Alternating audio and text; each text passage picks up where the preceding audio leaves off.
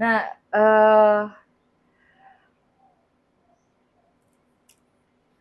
dimanapun sih ya, maksudnya nggak cuma di dunia entertain ya, sekarang ini di bidang pekerjaan manapun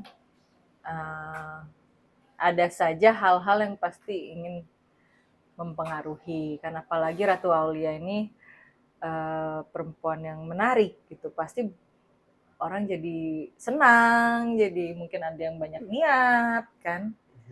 Nah,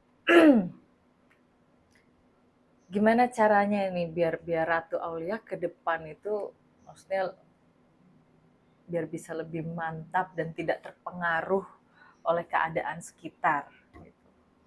Karena kan pasti banyak yang Jangan, salah satunya itu jangan, mungkin yang iri dengki kan. sebenarnya gini sih, jangan terkontaminasi atau terpengaruh oleh pendengaran dan penglihatan sih.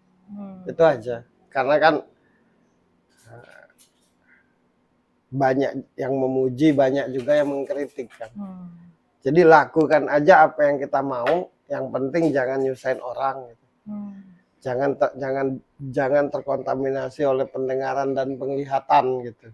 Sebenarnya kita terkontaminasi itu karena kita terpengaruh oleh penglihatan dan pendengaran gitu. Oleh apa yang kita lihat dan dengar.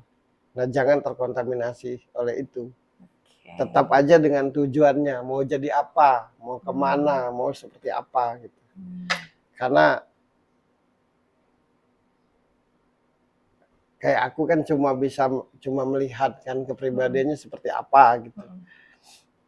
Tapi yang kulihat itu ya terserah mau percaya mau tidak kan. Jangan terkontaminasi oleh gitu. Orang-orang yang terkontaminasi itu karena dia terpengaruh oleh apa yang dia lihat dan dengar. Apalagi di zaman sekarang ini kan banyaklah penilaian negatif kan dari positif. Betul.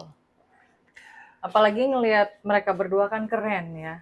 Dan jangan kebeban ketika banyak yang mengkritik, banyak yang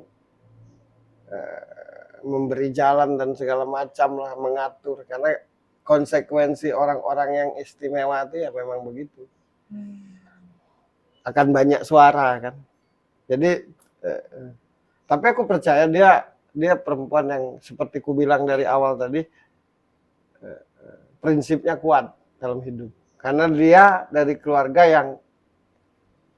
yang adem, yang nyaman. Dia udah kebentuk dari, kan mental seseorang itu ditentukan dari rumah mana dia berasal. Kan gitu. Jadi keluarga itu menentukan gitu. Keluarga itu menentukan kepribadian seseorang gitu. Nah, dia dari keluarga yang menurutku yang nyaman, yang adem. Dari keluarga yang tidak sendiri-sendiri gitu. Tapi keluarga yang satu sama lain tuh saling mengetahui, saling berbicara gitu. Jadi saling mendukung. Jadi menurutku dia walau masih muda tapi mentalnya sudah kuat Ada satu hal yang dia paling tidak suka menurutku. Apa itu? Dengan orang-orang yang usil. Yang hidupnya sibuk ngusilin orang.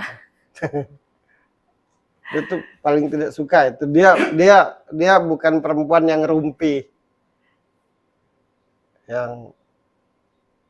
Yang sibuk oleh urusan orang dan ngerumpiin orang gitu.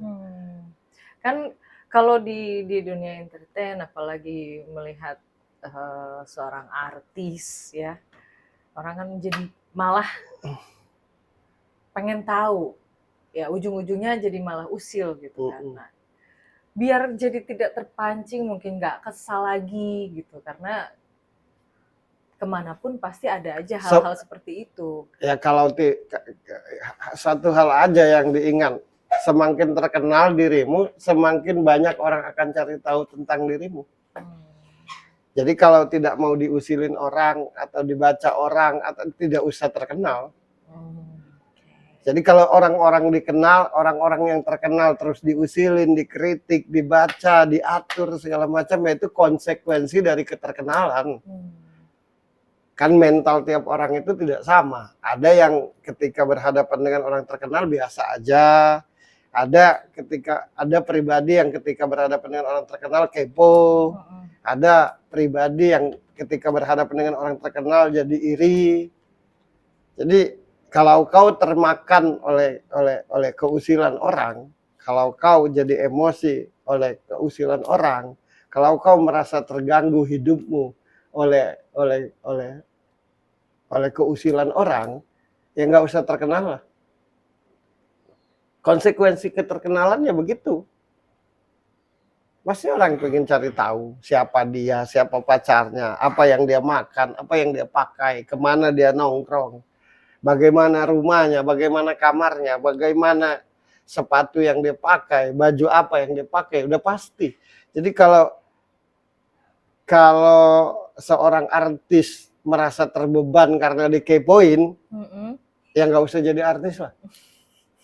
Nggak terkenal aja dicari tahu, apalagi terkenal. Jadi lucu kalau gue terbeban deh semenjak jadi artis nih, nongkrong susah, makan susah, ya itulah nggak usah terkenal. Ya iya. Jadi sebelum dirimu ingin menjadi seorang yang terkenal, dirimu harus pikirkan dulu imbas dari keterkenalan, gitu. Konsekuensinya itu. Selain yang bikin Aulia kesal ini kalau ngelihat orang yang usil, nah yang lo baca, yang lo lihat, ada nggak hal yang sampai sekarang ini masih jadi pertanyaan dalam hidupnya atau masih jadi beban gitu? Oh enggak, dia itu menarik karena dia pribadi yang bersyukur. Jarang, menurutku jarang. Jarang banget. Jarang menjadi pribadi bersyukur tuh jarang loh.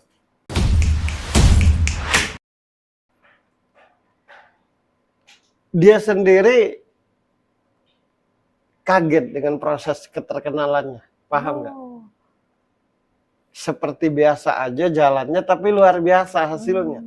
Karena kenapa dia tidak berkeluh kesah? Kenapa dia tidak menunjukkan keluh kesah dan persoalannya?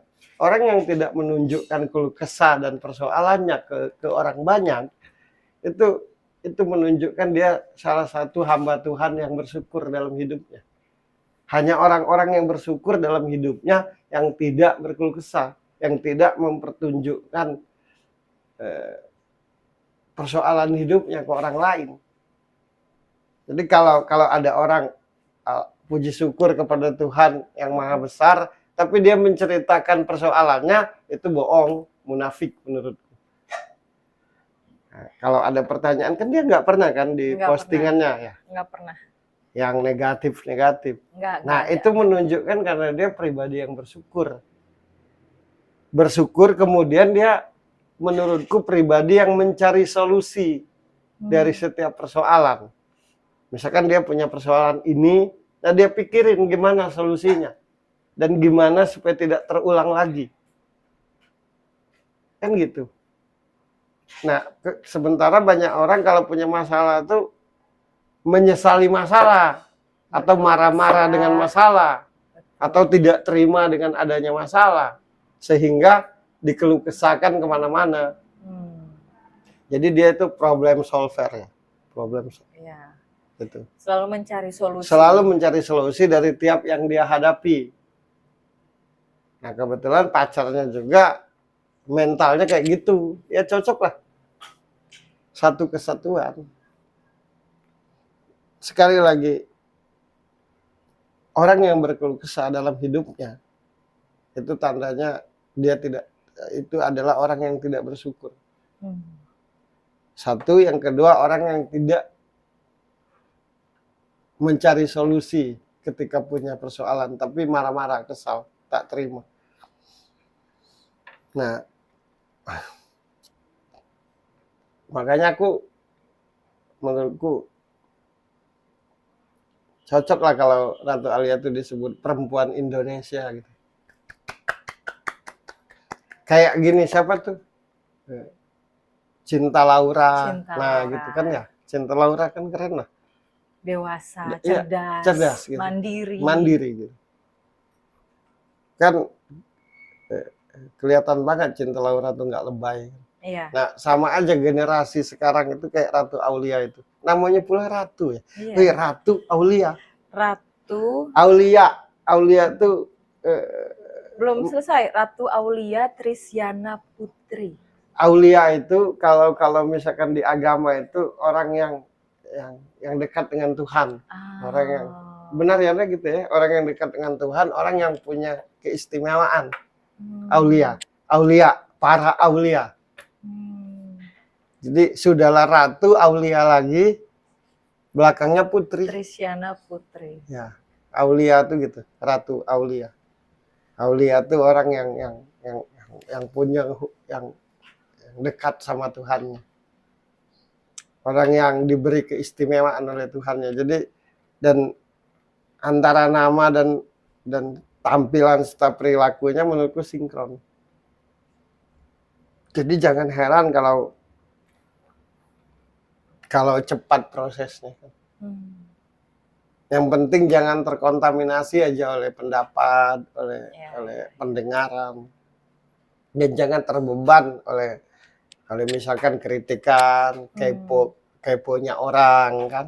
Karena tanggapan karena tidak semua tanggapan itu positif kan, apalagi di era sekarang.